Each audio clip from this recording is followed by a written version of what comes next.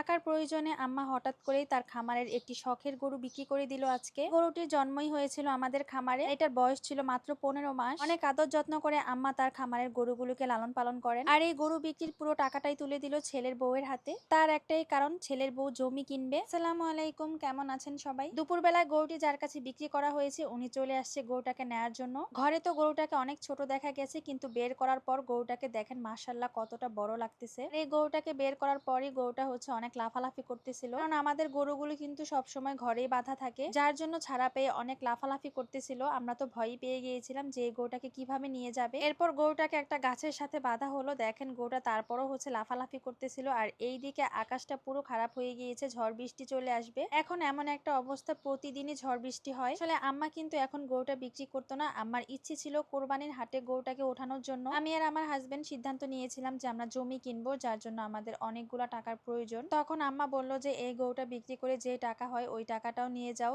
একটু কিছু হলেও আগিয়ে যাবে, কারণ বর্তমান বাজারে জমি কিনতে কিন্তু অনেক টাকা লাগে। আর আমার শাশুড়ি সবসময় পছন্দ করে জায়গা জমি কেনা। গরুটা তো একদমই আমাদের বাসা থেকে যেতে চাইছে না। দেখেন কত কষ্ট করে ওকে নিয়ে যাওয়া হচ্ছে। গরুটি কিন্তু আমরা 1 লক্ষ টাকায় বিক্রি করেছি। আমার শাশুড়ি বলতেছে গরুর নাকি দাম কম হয়ে গিয়েছে। আপনারা একটু কমেন্ট করে জানাবেন এই গরুটির দাম কি ঠিক আছে কিনা। ওটাকে বিদায় দিয়ে এবার আমরা বাসায় চলে যাচ্ছি, কারণ আকাশের অবস্থা খুবই খারাপ। আর এইদিকে আম্মা হচ্ছে কিছু মুরগির বাচ্চা রেখেছিল, এগুলাকে এখন বাক্সে ভরতেছে। আম্মা সব সময় হাঁস, মুরগি, গরু, ছাগল এইগুলা পালতে অনেক পছন্দ করে। এরপর আমি তাড়াহুড়ো করে ভাত নিয়ে ঘরে চলে আসলাম, কারণ হচ্ছে আমার আবার বের হতে হবে। আজকে আমি যে জমিটা কিনবো ওই জমির জন্যই টাকা দিতে যাব। যদিও আজকে পুরো টাকা দিব না, আজকে হচ্ছে 1 লক্ষ টাকাই দিব। এর আগেও টাকা দেয়া আছে। বৃষ্টি কমার পরে আমি বোরখা বের করে নিলাম, তাড়াহুড়ো করে রেডি হতে হবে। এই তো আমি রেডি হয়ে গিয়েছি। আর আমি কিন্তু একাই যাচ্ছি জমির টাকাটা দিতে, কারণ আমার হাজবেন্ডের একদমই মত নেই এই জমি কেনার জন্য। তবে আমার শাশুড়ি কিন্তু আমাকে অনেক সাপোর্ট দেয়। এর আগেও একটা জমি কিনেছি, ওই জমিটাও আমার হাজবেন্ড নিতে চায়নি, তবে আমি আর আমার শাশুড়ি আমরা জোর করেই হচ্ছে জমিটা নিয়েছি। যদিও পরে কিন্তু আমার হাজবেন্ড টাকা দেয়,